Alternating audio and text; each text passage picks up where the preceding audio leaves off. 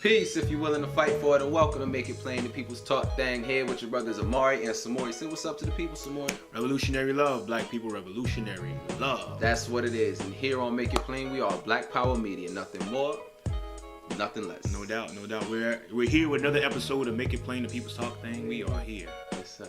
Back. And we have a message to the warriors out there.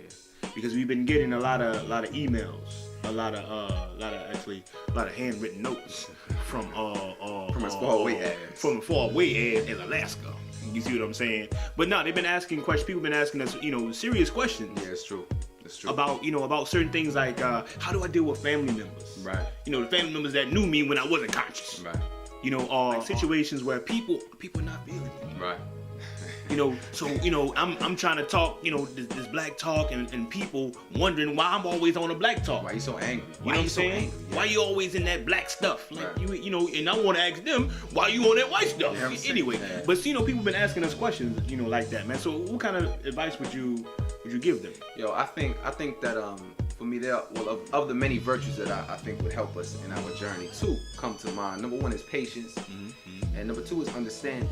You feel me? We've read the books, we've studied the situation, we've developed an analysis. Right. But a lot of times that doesn't translate into the way that we interact with folks.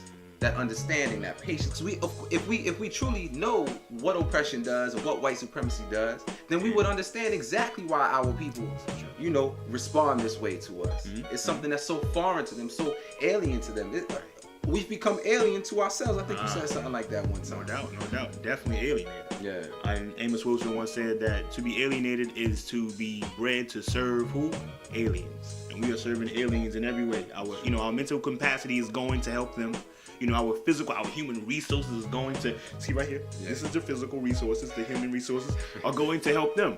You know what I'm saying? Yeah. So with that patience and that understanding, you feel me? And then of course, the diligence to continue doing what you're doing. No doubt. Despite how lonely it be.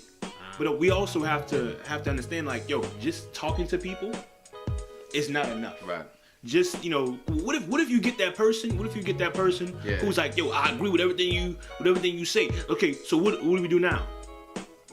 What you gonna do? What you gonna say? Oh, well, we just had a conversation. No, you have to do. You have to raise awareness. The work. Yeah. You know what I'm saying? We gotta have something for somebody to get into. Plug into it. Exactly. You know what I'm saying? So they unplugging from the matrix, as they say. Right. You unplugging from the matrix, they gonna plug into something African. That's what are you doing that is African that they will, be able to help with? Yeah.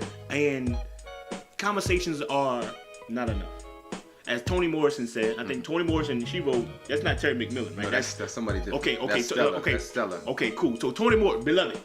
Toni Morrison said that to be constantly answering questions and mounting defenses about things that you know are obvious keeps you away from doing the work. Of course.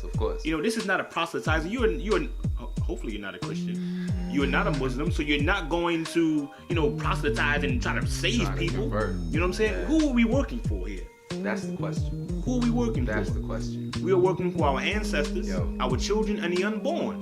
Tell them something about purpose, man. And that right, exactly. But one thing that's always worked for me is just constantly reminding myself what I'm doing this for. Shout out to brother Tafari from BlackPowerMedia.com who hit me off with a quote recently.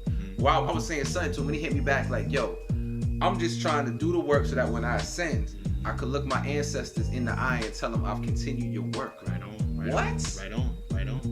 That's really what it's about, yo. It's about doing work that you may or may not, probably won't even see the benefits of. But you understand, you're not just working for yourself or your immediate surroundings. You know what I mean? But I think also, man, some of us, like you said, we've read the books. We got this knowledge. But a lot of us don't have the courage or the testicular fortitude to move on the very knowledge that we have. For me, I read Wretched of the Earth. It's one of the first books I read, along with Isis Papers, Asada, and all that kind of stuff. I read Wretched of the Earth, man, and he began one of the chapters by saying that every generation must, out of relative obscurity, discover its mission and either fulfill it or betray it. I read that, I was like, you got that ugly face, like, that's deep right there. So I delayed my mission for years. Almost 5 years I delayed my mission, talking about, once I get out of school, then I'll be able to do it. Okay, now once I do this, then I'll be able to do it. The time is always perfect, and it will never be perfect. at the same time. Yeah. You know what I'm saying? We gotta do it. We gotta do it. We gotta do it right now. You know, in those 5 years, I could have touched so many lives. Right. You know what I'm saying? But I didn't. Because I was scared. And I was waiting for somebody else to do something. Be honest now, that's right. We are the ones that we have been waiting for. Of course. If not you, then who? If not now, then when? Right? You got the knowledge. You already question the things that is going on in this society. Then you already have the accumulated ability to solve the problems. Wow. Because I'm saying, like, if you know something is wrong with the school system, you know what I'm saying? You need to be doing something about that situation. Again, man, and we keep touching on this loneliness thing because it's real. You know what I mean? I remember when I was in high school, man, I started reading books and, you know, I was on it. And every time I had the opportunity, I would run up to somebody, yo, we need to blah, blah.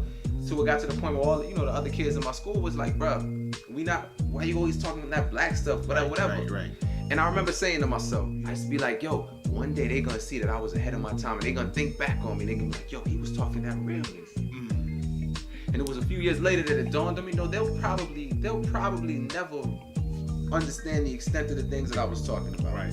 And I gotta be okay with that. And you gotta be okay with that too. Because again, you're not doing it for recognition, you're not doing it for fame, you're not doing it for notoriety.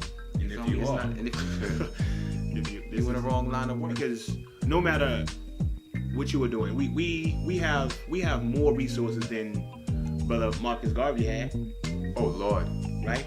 And you know, we use the resources like, let's say, the Book of Faith. Yeah. You know, there's a lot of people on there that are doing some positive things, are talking some positive things. Right. You know, wherever they are, we need to link up. It's true. With these folks. I mean, talking about when we went on the tour. Yo, we feel it too. Sometimes we like, yo, where the people at? Man, it's difficult to gauge. You know what I mean? Where the people is at because we doing this via technology, man. But when we went on the tour, we traveled up the coast all the way to Toronto. We actually met with brothers and sisters who've been checking us out, who have been in contact with us. Right. And we saw what they was doing in their hood. We saw what they was doing in their area, you know what I mean? And for us, it was just that much more, what's the word, invigorating. That's crazy. You know what I'm saying? Like, cause like it's true. Look, it ain't just us. You know, you got people everywhere we went. We met folks who had mad love for the Sons of Malcolm and had even more love for African people. That's right. And that's all you could really ask for. You know what I mean? This is true. So that's what it is, man. You know that even if you don't see them, that they there, that we here. Hit us up, blackpowermedia.com. Hit us up on the Book of Face. We in this together. African liberation is a must. Our ancestors are watching us, and our unborn are hoping that we do what we're supposed to do. And we are the Sons of Malcolm. El Hajj Malik El Shabazz. Revolutionary love. Peace, if you're willing to fight for it.